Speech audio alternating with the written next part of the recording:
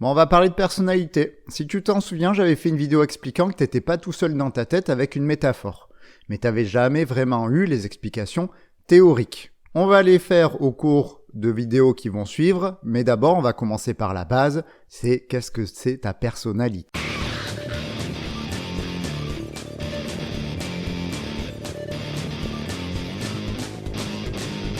Alors, si tu suis le site Hacking Social qui fait de la vulgarisation en psychologie sociale, tu devrais avoir une connaissance de ce dont je vais parler ici. C'est juste que la façon d'aborder la question est légèrement différente sur leur site, donc je te le laisse en description pour que tu ailles voir si tu as envie de fouiller un peu plus.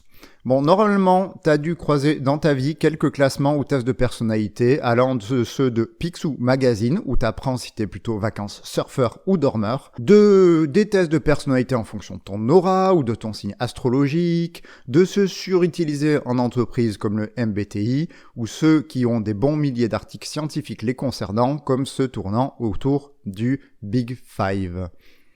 Tous ces tests, qu'ils soient validés scientifiquement ou pas, ils ont un point en commun.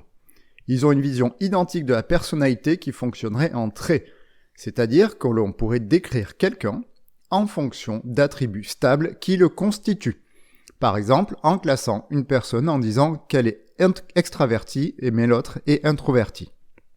Et il y a des raisons de croire que l'on a des traits stables en nous dans le temps.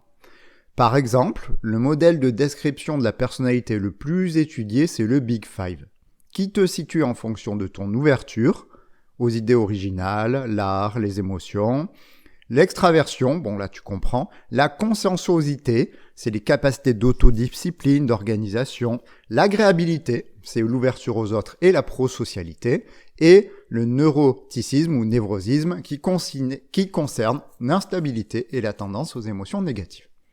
Et ce que l'on voit, c'est qu'effectivement ces traits sont plutôt stables chez les gens au cours de leur vie et différencie bien les gens entre eux.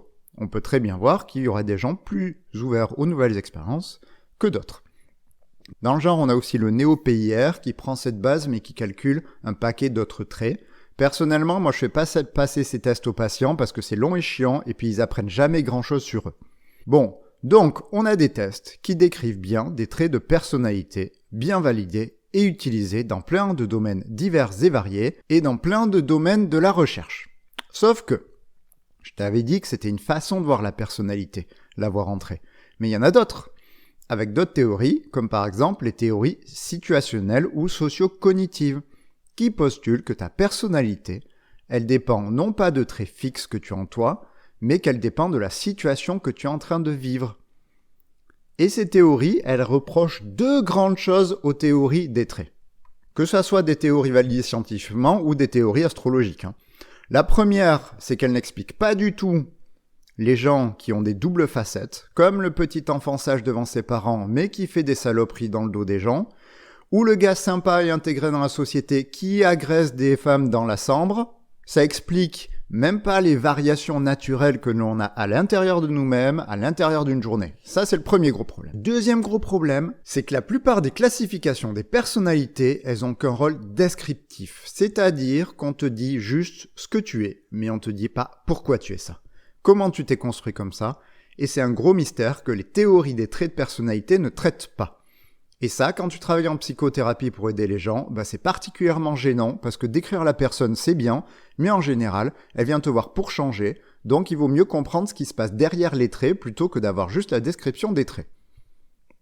Sinon, t'arrives pas à grand-chose. C'est un peu la même chose si tu te contentes de décrire les gens en fonction de leurs symptômes, sans chercher ce qui crée les symptômes, tu passes derrière le problème. Alors, dans la bataille théorie des traits contre théorie situationnelle, les chercheurs ils sont pas cons. Ils savent très bien que les deux théories ont un peu raison et qu'il y a un fossé qu'il faut combler entre les deux théories. Fossé que comble la théorie dont on va parler aujourd'hui, la théorie des traits globaux. Bon, c'est pas la seule, mais je l'aime parce qu'elle explique que l'être humain est complexe, que chacun est unique, qu'on varie mais qu'on est stable en même temps. Et cela prend bien mieux en compte la recherche scientifique sur la personnalité que le font des classifications de personnalité explicatoires comme la vieillotte névrose-psychose ou les cases pourries des types de personnalité de n'importe quel test bidon. Donc, On va partir des traits du Big Five pour complexiter le tout. Quand tu passes le Big Five ou le NéoPIR, on va bien te situer par rapport à certaines caractéristiques, mais le premier problème est que cela n'explique pas pourquoi les gens varient de personnalité en fonction du moment et de la situation. Eh bien, c'est parce qu'il ne faut pas voir le résultat comme un point fixe, mais plutôt un point qui se trouve au centre d'une distribution. Bon, c'est pas très clair pour ceux qui s'y connaissent pas en statistique, donc je reformule avec un exemple. Imagine, ton résultat montre que tu es plutôt extraverti. Mais tu vois bien que ton extraversion, elle change en fonction du boulot, des amis, de la famille. Et si on voit le résultat du test comme une description de ta personnalité, ça marche pas du tout alors. Par contre, si on voit que ce résultat est plutôt une moyenne de tous tes états d'extraversion et d'introversion qui varient autour d'une moyenne, bah c'est mieux. Et donc, dans ce cadre-là, quelqu'un qui est introverti, dans certains moments peut être plus extraverti que la personne extravertie, puisque leur distribution se recoupe. Donc le point 1, c'est que le résultat à plein de tests de personnalité est une moyenne, pas ton état et pas une description de ta personnalité. Il y a des gens qui varient beaucoup, par exemple les narcissiques qui gueulent sur leurs proches mais sont hyper mignons avec leurs collègues, ils varient beaucoup sur l'agréabilité. Et d'autres qui varient peu, qui vont être très constants dans leur réaction, et du coup ça va être facile pour toi de voir leur personnalité et de les comprendre, parce qu'il n'y a pas cette variation.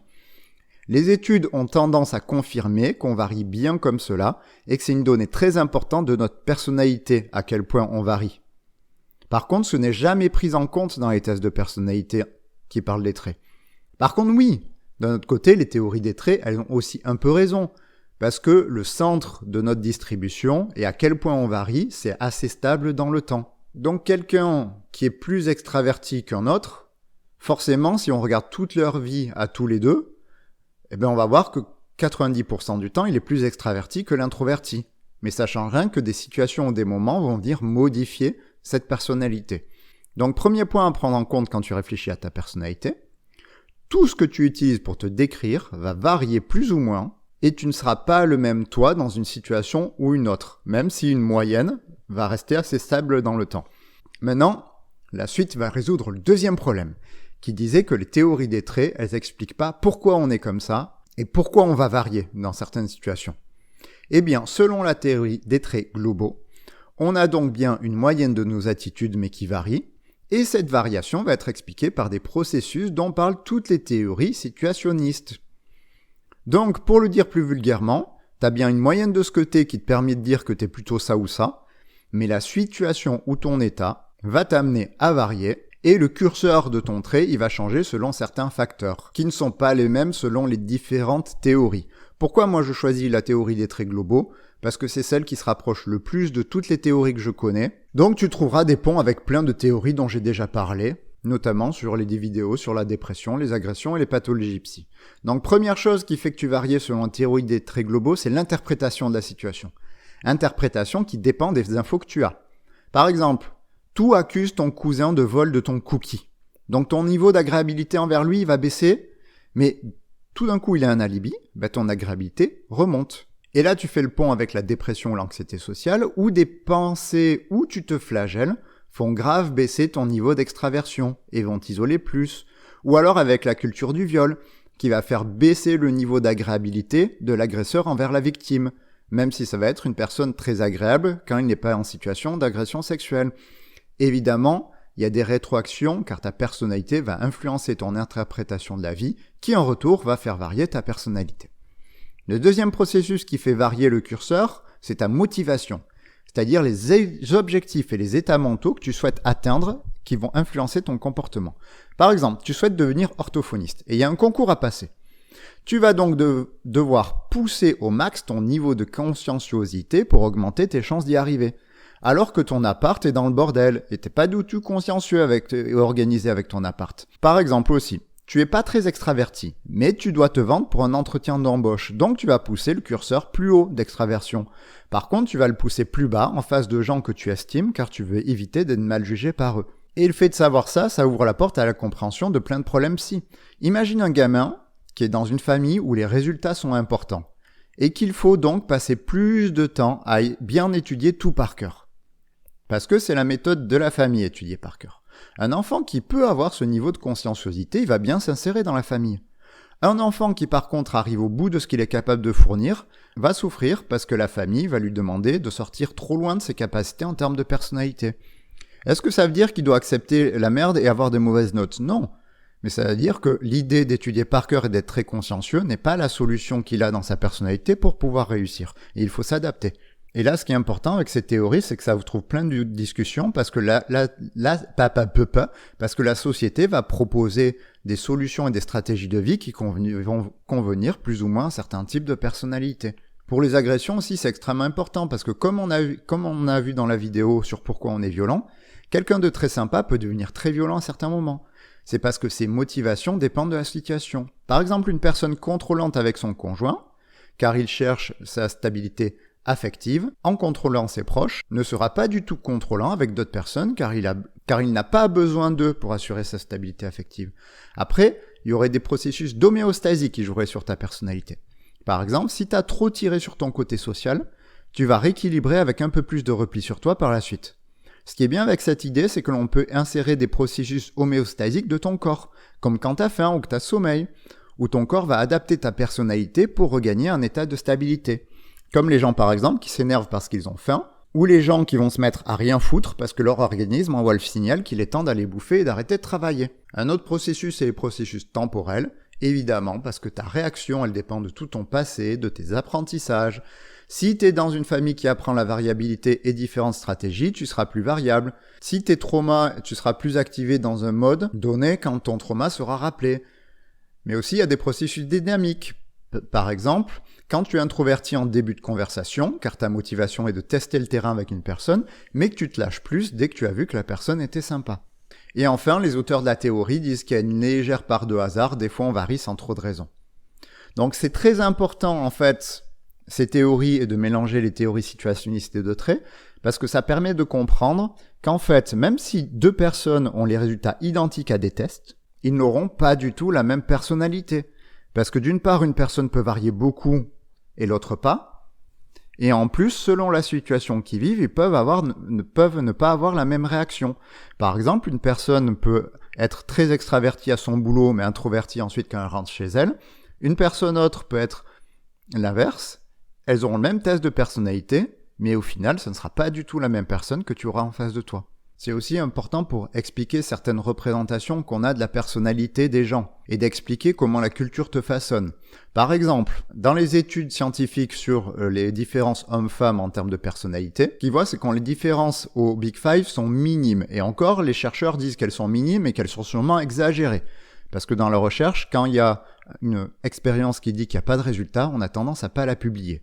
Donc il n'y a quasiment aucune différence en termes de personnalité entre les hommes et les femmes. Mais tu vois bien dans la vie de tous les jours que les gosses dans la cour de récré, ils auront tendance à sauter partout et que ça sera le moins le cas des filles.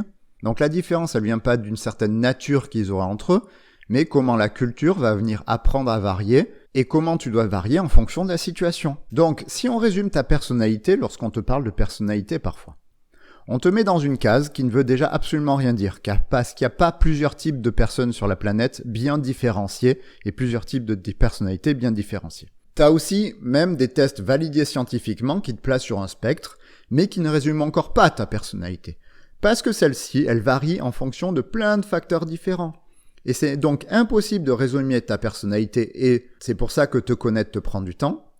Parce que connaître tout ce qui va venir te modifier en situation peut paraître bien compliqué. C'est pour ça qu'effectivement, les professionnels de santé, ils essaient de créer des cases pour résumer tout ça, mais il faut avoir bien conscience que ces cases ne sont pas la réalité. C'est pour ça que j'en étais arrivé à la métaphore de la classe que je t'avais faite dans une vidéo pour montrer l'idée que tu as plein de façons de réagir différentes en toi en fonction de la situation et de tes apprentissages, en fonction de ton histoire et de tes motivations. Et dans tout ça, tu as des gens qui arrivent à bien maîtriser leurs variations, à avoir les bonnes stratégies de personnalité, et puis tu as ceux qui sont paumés, qui en chient dans la vie, et on voit bien que des parties d'eux et de leur personnalité déconnent, elles ne sont pas fonctionnelles, elles ne leur permettent pas d'être bien.